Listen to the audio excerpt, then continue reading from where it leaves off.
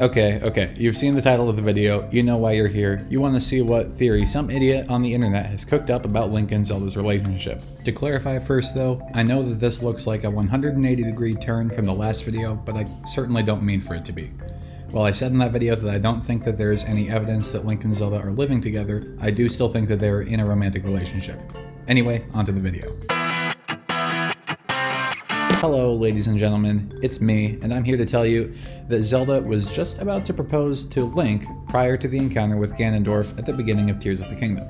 Now, there are some people who think that Link and Zelda are already married in Tears of the Kingdom. This is partially due to the substantial evidence that Link and Zelda are in a romantic relationship, and the fact that there is a large time gap between the last two Zelda games, and by large, I mean at least 3 years and possibly close to a decade. One of the reasons this theory hasn't gone anywhere, though, is that there's no sure signs that they are married. It doesn't help that we don't know what the marriage customs of Hyrule are. Most real-world cultures exchange some physical item, usually rings, when being married. It is not uncommon that a similar item is also given as a proposal for marriage.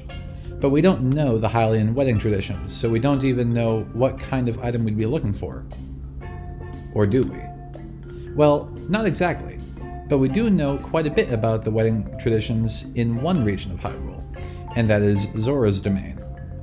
You know, the place with these weird fish people. We know a lot about Zora wedding traditions from Link's relationship with Mipha in Breath of the Wild, as Mipha clearly had feelings for Link and, as I will explain in a minute here, was prepared to marry him. So what do we know about Zora tradition? First of all, it's common that the women are the ones who propose to the men. Second, we know the identity of at least one proposal gift, because Mipha made one for Link prior to her untimely demise. That's what the Zora armor is in Breath of the Wild. It's literally Mipha's engagement gift to Link. Not only is this mentioned in the item's description, but we get confirmation of this from Sidon, who says that Mipha was planning on giving the armor to Link.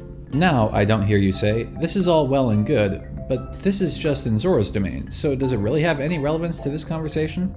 Well, as a matter of fact, it does. Once again, we don't know anything about Hylian wedding traditions at large. This could be more widespread, and even if it's not, there's some evidence to suggest that Link grew up in Zora's domain. The commonplace belief is that Link grew up in Hateno. There's some evidence to believe that he used to have a house there, a house that you can buy in Breath of the Wild and is later transferred into Zelda's ownership. But there's also evidence that Link grew up in Zora's domain. First of all, Mipha was a childhood friend of Link's, so Link must have lived near her for a significant portion of his childhood. Second, Link can swim in Breath of the Wild, while the vast majority of Links in other games cannot. So if Link grew up in or near Zora's domain, then that culture would be part of his upbringing, and Zora's traditions would be familiar and personal to him. Now what does this have to do with anything? Well, let me tell you. In Tears of the Kingdom, in Zelda's Secret Well, we find out that Zelda is making a new version of the champion's tunic. This is something that she hid from Link and was clearly quite excited about.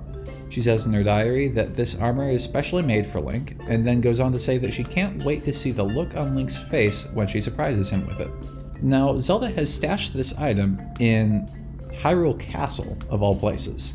If this were just an everyday gift, Zelda wouldn't have to hide it in such a distant location from Hateno village where she was staying. Zelda also expects the armor gift to get a memorable reaction out of Link. No doubt Link would be grateful for a new set of armor, but Link is pretty stoic most of the time, and he's had many sets of armor throughout his journeys in Breath of the Wild. The idea that Link might be expressively excited about this is definitely interesting. Also, Zelda is a smart gal. More importantly, she is scholarly and very knowledgeable about Hyrule's culture. Even if the Zora's wedding traditions did not extend beyond their own borders, Zelda would be familiar with them, and would be very aware of the implications of giving someone of that culture a custom-made tunic. This also explains why armor was hidden in Hyrule Castle. It was a surprise for after exploring the ruins below Hyrule Castle. The region is still only lightly populated and thus offers some privacy. Zelda must have assumed that their mission into the lower chambers of the castle wouldn't be so dangerous, and her plan was that when they returned to the surface, she'd present Link with the armor and propose. Something that would bring a smile to even Link's face. Unfortunately, this would never come to pass, as Link and Zelda's encounter with Ganondorf would separate them. So if this theory is correct, then Tears of the Kingdom is even sadder than we thought.